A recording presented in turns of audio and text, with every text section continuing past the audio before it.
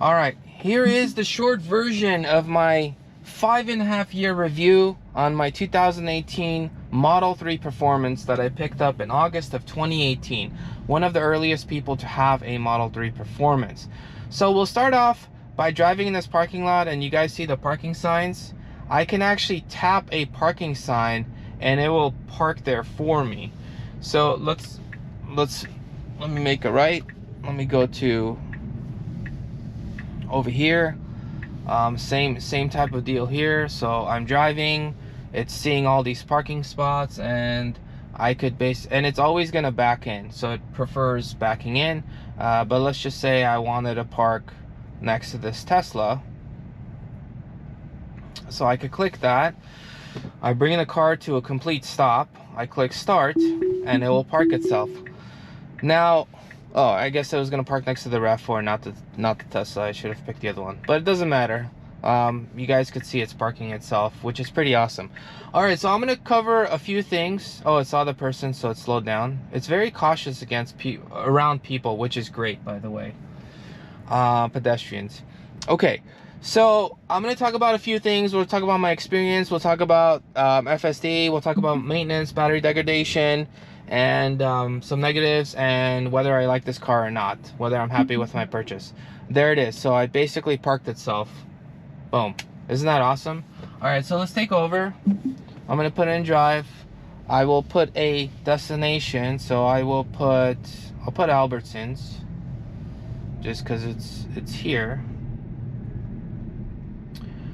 So when you see this sign right here, that means you can actually turn on FSD. So it disappeared right now, but so it shows the sign, so I could turn it on, and let's see, it should in theory drive me to Albertsons.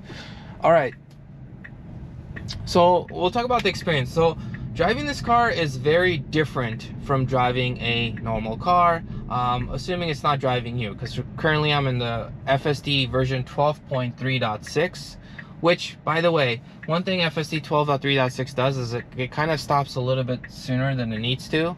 So I'm hoping that gets addressed in the future. But let it drive, let it do its thing, and we'll go from there. And this is not like a super easy place to be, and it's telling me, hey, touch the steering wheel. That's gonna go away in the next version as well. All right, let's just jump straight into the experience. Okay, so this car, you could drive with just one pedal if you want to. Obviously the brakes are there in case you need it, but most of the time, in my particular case, I actually just drive with one pedal. Or recently I've actually just been driving with FSD's really been driving me. I've just been supervising it, basically paying attention. Now this cabin camera is looking at you, so you can't be looking at your phone. It will complain and say, hey, pay attention, pay attention. You do that enough times, you do that 5 times as of now, it'll actually disable FSD for a week or something as a way to penalize you. But look, I mean, the car's driving itself. I'm not touching the pedals, as you guys could see. It's fully driving itself. Okay, so so you don't really use the brakes all that often, and that's why the brake pads pretty much last for a long time, because the engine's using regen braking. And the best way I could describe regen braking is that obviously it's charging the battery back, but the feel of it is kind of like driving a stick shift car. If you've ever driven a stick shift car and you're in gear and you start letting go the throttle, you could tell like it's doing engine braking, where it is slowing down without actually using the brakes. And that's kind of what it feels like with regen brakes, except this thing will actually come to a complete stop, unlike a stick shift car where it will eventually stall on you. Okay, so obviously this car is very fast. This is the performance model. There are slower models, but most of the Teslas are pretty fast. This one gets to 60. Tesla advertised at the time in 3.2 seconds, then it became 3.1 seconds, and now in America the newest Model 3 Performance is 2.9 seconds. Okay, and it is very cautious, so if it sees a yellow, it pretty much slows down and stops. Most of the time, I'd say over 90% of the time it does. Sometimes it does go, but most of the time it stops. And this feels less like a car. It feels more like a computer on wheels, because you have all your stuff here. And when you get used to a Tesla, Then you sit into another, you sit in another car, then you're like, why are there 8,000 buttons? Because you just kind of get used to everything being on the screen, kind of like what happened with the smartphone, where when smartphones came out, you know, it was like, oh, I don't want to type on the screen, that's weird. But now that's like standard. Now most phones that sell are smartphones. So it's kind of like that here. And then the cool thing is you get new updates, because I got this car such a long time ago that they've added a whole bunch of features to it, like dash cam, Sentry mode. They've added entertainment, more games. They've added YouTube, Netflix, things like that. So there's a bunch of stuff, and they've done Easter eggs and things like that as well. So I won't get too much into that, but they've made this car better. Over the air update. I did not need to go to Tesla Service Center. I didn't need to go anywhere. As the car is connected to Wi-Fi, Tesla says, hey, there's an update. I click install. It takes about 45 minutes or so generally, and then I get the update, and that's it. Done. Okay. So next we will talk about FSD. Now, as you guys can see, it's driving itself. Again, I do have to supervise it. It's not perfect. Sometimes it does mess up, but generally speaking, it's actually really, really good. Okay, why is this Prius coming closer? But see how the Tesla went a little to the left and then came back? So these things that, because it's like full AI now, so it's learning by video. Tesla trains it by video, and then they send us the updates, and the car literally just drives itself, as you guys could see. And yeah, so FSD is getting amazing. It will get to a point that I will need to pay attention. We're not there yet, but we are getting close. Okay, now maintenance wise, I've had to change the cabin air filter twice, and I've had to change my tires once, a full set once. So the cabin air filter right now costs $17 each. You do need to get 2 for the Model 3, so that's $34, and depending where you are, you got to add tax to that. So basically, it's going to be like $37 on average. But you know, let's just round that up to $40. And I've had to do that twice, so that's $80. And I've also gotten this Cool It can that sometimes I spray that and it cleans inside it. That's optional. You don't really need to do that, but it's recommended. So I've gotten that, and that was around $15 from what I remember, and I've done that twice, so another $30 there. So we're looking at $110. And if I needed to get like a few, you know, minor tools to get access to it, because it's not super easy to access. It's doable, but not super easy. We can even add like a blanket $40 for that.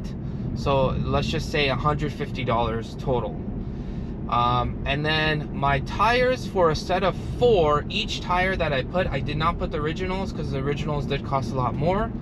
But each tire is $186, and if you include parts and if you include labor, installation, things like that, they usually, various tire shops charge you various prices, but you're looking at, I don't know, let's just make the math, it's typically around $35-40 to install each tire. But just to make the math very, very, very simple, let's just say each tire costs $250. And so a set of 4 would be $1,000. So I've basically spent $1,150 on maintenance on this car. There are no oil changes, no spark plugs, no brake pads I need to change. None of that stuff that I actually need. Well, I mean, I have brake pads, but they last pretty much the life of the car, or should, because I'm using regen braking. So maintenance is very minimal. Oh, and I did have to put some washer fluid in there, but you know, 2 things did break on this car. Or oh man, I need to take a sip because I can't talk super long without taking a sip. Some Pellegrino. All right, so it brought me here, showing me, okay, and I could do the same exact thing. I could go drive near a parking spot, and it will, you know, park for me basically if I wanted to. So again, I could, as long as I'm going slow, see, it's showing me the spots, and I could click like, oh, I want to park here. Like I could click this one and then bring it to a stop, and it'll actually go park itself. But you guys saw that. So minimal maintenance, which is fantastic. And it's also fantastic because the car is actually very fast, and usually performance cars usually, you know, take more gasoline. Like if we took a BMW M3, that's a fast car. I had a BMW M4, that's a fast car. So let's just talk about the M4. M4 is a fast car, but it does require a lot of maintenance, so there's that. And it also takes gasoline, and gasoline costs a lot more than electricity in most places, especially if you have solar. Because I currently have solar, and this car is, I mean, next to nothing to drive, basically, which is pretty crazy. Just thinking about it, that I could literally charge this at home, and my solar generates enough electricity to cover this thing, which is, I mean, honestly, that's pretty amazing. It's actually kind of like very amazing. Okay, so now let's talk about the negatives. Okay, so the negative is basically sometimes when I walk up to the car, it basically doesn't unlock, which is not great. Doesn't happen too often, but it happens like, I don't know, once a month, something like that. And then I have to take my phone out and press the power button, because it uses the phone as your key, and it uses the Bluetooth feature. And sometimes I don't know if the car is going to sleep or the phone's going to sleep, but sometimes I do need to do that. The second thing I don't like is that sometimes I have to restart the car, and you hold these two buttons to restart the car. Basically, you can actually do it while you're driving. I don't do it while I'm driving. I try not to. I have done it in the past, but when you're doing it while you're driving, it's actually not going to record the dash cam, and I want it to record just in case something happens. I do want to have that recorded, which does go to basically like a flash drive, or you could get like a specific SSD drive, and it could external SSD drive, it could transfer it there as well. So there's that. And as far as the performance aspect of this car, because it is the performance model, the only thing that's not great about the performance is if there's like not really a bump, but kind of like a physical difference in the asphalt. That part of it is, if there's a slight, not like a speed bump, but a speed bump too, obviously, but if there's, you know, a slight elevation, this car does like to get a bit bouncy if there's a slight elevation. So you do have to be careful with that. But other than that, if there is no slight bump or anything like that, this car stays very planted. It handles extremely well, like very well. There, let me signal right there. So it's honestly a fantastic car. Like and I mean, and because it's electric, I have all this power at 0 RPM. So I could, if I literally tap the pedal, it will literally just like, it'll push me back into my seat. Not like a Model S Plaid will, but still very fast, because they advertised originally was 0 to 60 in 3.2 seconds. In fact, technically, some people might know this, when I first got the car, actually 0 to 60 was 3.5 seconds, and then Tesla released 2 firmware updates that made the car faster, and it actually brought it down to 3.2 seconds to 60. And then the newer variant that went to the bigger battery, to the 82 kilowatt hour battery, that one was 3.1 seconds. And now the newest one that's a redesign, that's 2.9 seconds to 60. So I mean, these cars are very fast, especially for the price. There's literally no car you could buy, production car you could buy, brand new, that gets to those speeds for anywhere near that price.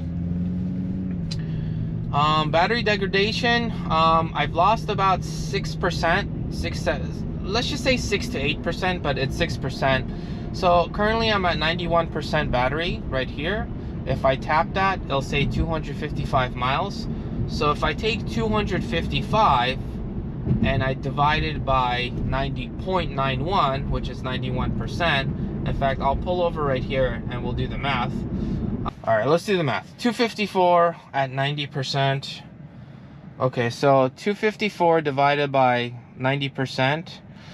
That's 280. That tells me how much charge I will get for a full charge, which is 282 miles, which is what I saw. Then I went to 281. But basically, that is what I would get now if I went to a full charge. But when I got this car originally, when I would charge it, it was right around 300 miles. Tesla advertised it at like 295 or 298, something like that. But mine was right around 300. So let's just do 282 divided by 300. So it's at 94%. So I've basically lost 6% battery degradation. And once in a while that number jumps. I have seen a full charge at like 276. So I just say like 6 to 8%. And that battery degradation actually happens early on when you get the car, like within the first 2 years, and then the battery kind of just stops degrading. And that was my experience. So very, very good. So I still have most of the range even after 78, where's the software, even after 78,000 miles. I still have that. This car has gotten better, so much better after I purchased it. That's one big thing with Teslas that other brands, not every brand, because you know Rivians get updates, Lucids get updates, some of the other ones do get updates over the air, but Tesla is really, really good with over the air updates. So when I bought this car, there was no dash cam feature, there was no Sentry mode feature. A lot of these Netflix, YouTube, things like that didn't exist. So all of this was added after I purchased the car, and I didn't have to pay a single penny to get all these new features. And in fact, my car now, the interface looks very different than when I originally got it, and it's just gone better overall, and I love that. Like, buying a car that will only get better with time. So that's kind of like the crazy thing that and it's almost like you have to see it to believe it, because like all these extra features are like, and people are just requesting these features. They're like, hey, we have all these cameras around, can you make them act as dash cams? And Tesla's like, sure, and they just do. And you're like, oh, this is awesome. And there's a whole bunch of other, you know, there's games in here. There's just so much you can do. You could customize the car. You could put like a rainbow road. There's like so much you can just play with. It's honestly like, it's almost like too many options. But yeah, and one thing I did notice with electric cars is there is no AM radio by default.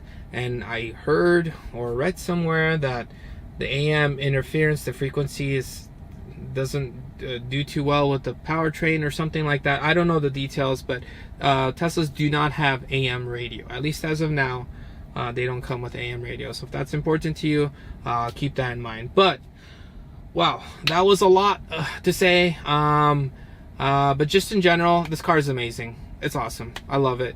And that's why I'm getting the new one. I'm selling this one just to get the new one. Just because I'm excited about it. But I mean, this car's just been phenomenal. Thank you guys for watching. I'll catch you guys in the next one.